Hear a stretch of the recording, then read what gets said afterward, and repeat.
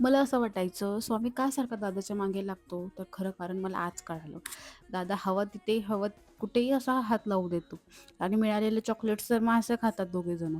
त्यामुळे बघा आणि ह्या गोष्टी शिकवायला लागत नाही मुलांना आणि आपण साधं पोळी जरी खाऊ घालायची, तर कशी खाऊ घालायची, अशा छोट्या-छोट्या गोष्टींकडे लक्ष देत असतो आणि बघा तो चॉकलेट कसा खातोय.